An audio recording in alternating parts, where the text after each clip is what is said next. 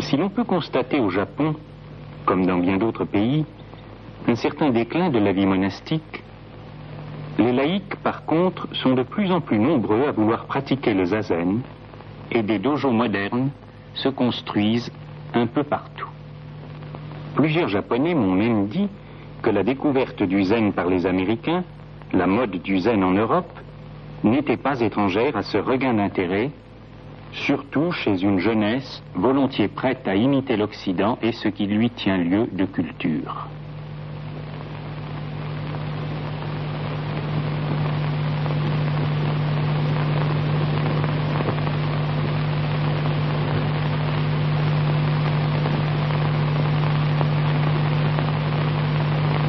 Si le zen est une vie et une spontanéité toujours créatrices, qui se manifestent dans tous les actes et tous les gestes, la posture assise n'en demeure pas moins le cœur et l'essence du zen.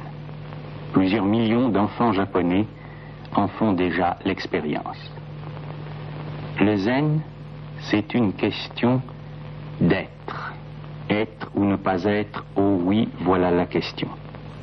Et l'être d'un homme se constitue dans son enfance à travers les impressions qui se déposent en lui.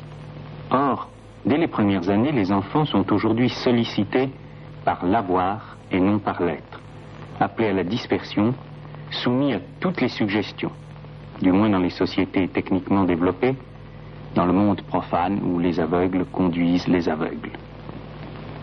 Pour un enfant, rentrer en lui-même, se ressaisir, se recueillir, se sentir être, au-delà des émotions,